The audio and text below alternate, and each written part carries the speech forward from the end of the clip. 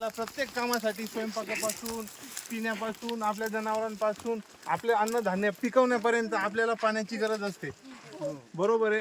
मुलींनी इकडे सगळ्यात जास्त निगडीत विषय म्हणजे महिलांसाठीच आहे.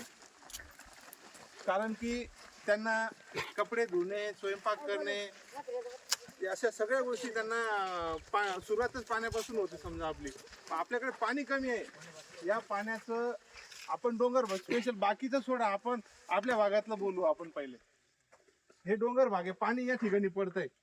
आता या पाण्याचं रूट कोणता आहे? हाच आहे.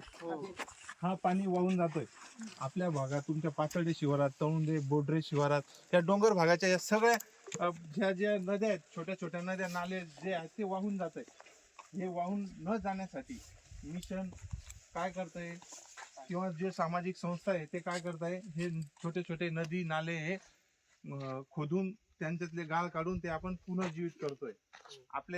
आपण आपल्या आजी आजोबांना तेव्हापासून आपण विचारलं तुम्ही आता होईल तर तेव्हापासून आपल्या भागात बागायत पाणी हे साचून जायचं, कारण की पाणी जास्त पडायचं. त्याचबरोबर हे जे धरण आहे हे मागच्या वर्षी मिशन अंतर्गत आम्ही छोटासा एक प्रयत्न, हे आणि वरचं टिटू सोनार हे बर्डीचं धरण आहे. या धरणामध्ये आता या माझ्या हाईटच्या लेवलने पाणी होतं पावसाळ्यात.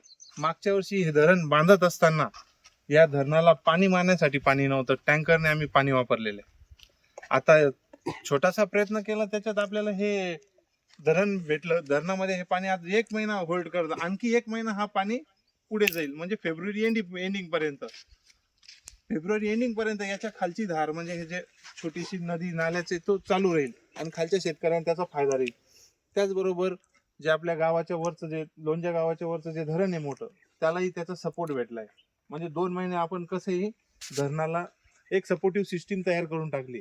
अशाच प्रकारे आपण जर आपल्या क्षेत्रातलं पाण्याला पहिले वाहत्या पाण्याला थांबवायचं शिकायचं, थांबलेल्या पाण्याला जमिनीत कसं मुरवायचं, ह्या गोष्टी तुम्हालाही तुमच्या पर्यावरणामध्ये शिकवलेल्या असतील. आणि मीही तुम्हाला थोडी माहिती देतो, आणि तुम्हालाही काही शंका असेल तर मी विचारू शकता.